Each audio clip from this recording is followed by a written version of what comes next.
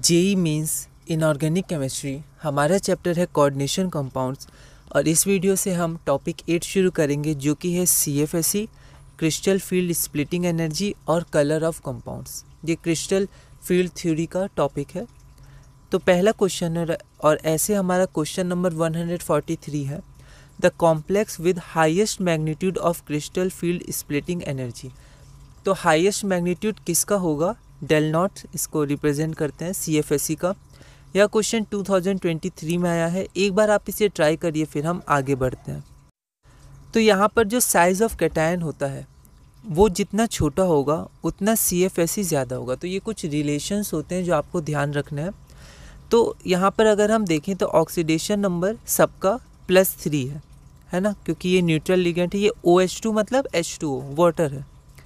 तो हम यहाँ देखते हैं smaller cations prefer coordinate bonding and has greater tendency to attract ligand. ठीक है, तो वो कोऑर्डिनेट बॉन्डिंग बनाते हैं और लिगेंड को अट्रैक्ट करते हैं, मतलब वो कॉम्प्लेक्स बनाते हैं जो स्मॉल कैटायंस होते हैं और उनका CFSE ज़्यादा होता है। तो हम लोग को रेडियस पता करना है कौन ज़्यादा छोटा है। ठीक है, तो Cr3+, टाइटेनियम Ti3+, Fe3+ और Mn3+। इसमें आप ध्यान रखिएगा सबसे छोटा होता है Cr3+, क्रोमियम 3+ आयन इन सब से छोटा होता है, उसका रेडियस छोटा होता है। तो उसका मैग्नीट्यूड CFSE का मैग्नीट्यूड उसमें सबसे ज़्यादा होगा। तो आपका आंसर हो जाएगा Cr, OH2 या H2O6 3+। अगला क्वेश्चन है क्वेश्चन नंबर 144।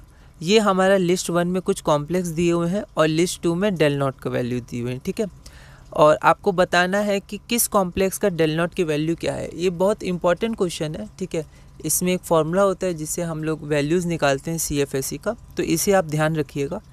तो ये आपके पास 4 ऑप्शंस हैं। एक बार आप इसे ट्राई करिए। यह क्वेश्चन 2023 में आया था। तो यहाँ पर जो CFSE crystal field splitting energy होता है वो कैसे हम लोग निकालते हैं, तो -0.4 इंटू NT2G, मतलब 2 लेवल होता है। एक नीचे वाला लेवल होता है T2G लेवल, ऊपर वाला लेवल होता है EG लेवल। ठीक है, तो नीचे एनर्जी कम होती है एज़ कम्पेयर टू ऊपर, तो वहाँ माइनस। ठीक है, और ऊपर में एनर्जी ज़्यादा होती है तो प्लस। ओके, और -0.4 N2TG मतलब NT2G। तो T2G लेवल में जितने नंबर ऑफ़ इलेक्ट्रॉन्स होंगे उनको यहाँ रिप्रेजेंट करेंगे, 2 हुए 3 हुए जितने हुए। और 0.6 इंटू NEG मतलब number of electrons in EG orbital, वो हायर एनर्जी के होते हैं एज़ कम्पेयर टू T2G, तो +0.6 और यहाँ -0.4। ठीक है, इंटू डेल नॉट जो CFSE है वो। ठीक है, तो यहाँ पर आपको ये फॉर्मूला ध्यान रखना है। तो बस आपको नंबर ऑफ इलेक्ट्रॉन्स पता करना है और ये हमने पहले के टॉपिक्स में देखा है कैसे निकालते हैं। तो यहाँ देखते हैं हमारा पहला कॉम्प्लेक्स है CuNH3 2+, तो 3D9 Cu2+, तो उसका कॉन्फ़िगरेशन इतना हो जाएगा, है ना।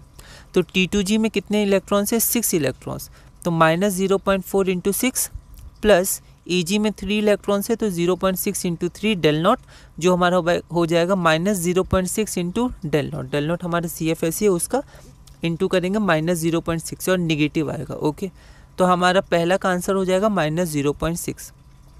तो A का 1 हो गया। हम लोग इससे ऑप्शन एलिमिनेट करते हैं, तो B और हमारा B और D हमारा नहीं होगा, A और C में से कुछ होगा, है ना।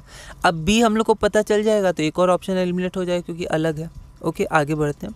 सेकंड में देखते हैं Ti3+। ठीक है, तो यहाँ पर 3D1 हो जाएगा Ti3+, तो ये पहला इलेक्ट्रॉन T2G में ही जाएगा। तो यहाँ पर 0.4 इंटू 1 + 0 -0.4।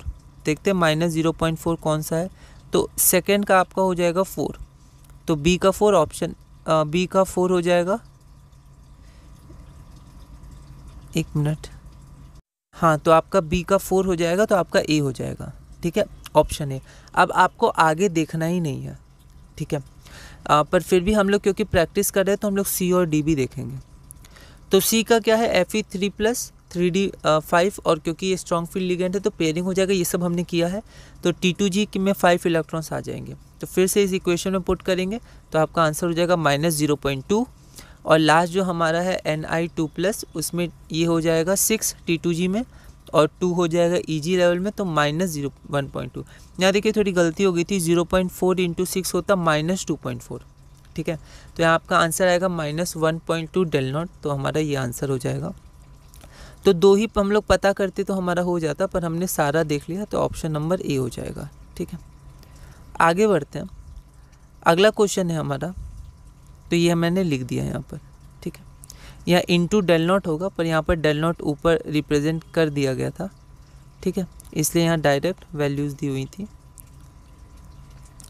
ठीक है, अगला क्वेश्चन है, लिस्ट 1 है, लिस्ट 2 है, फिर से हमें वही करना है जो पिछले क्वेश्चन में किया था। 2023 का क्वेश्चन है।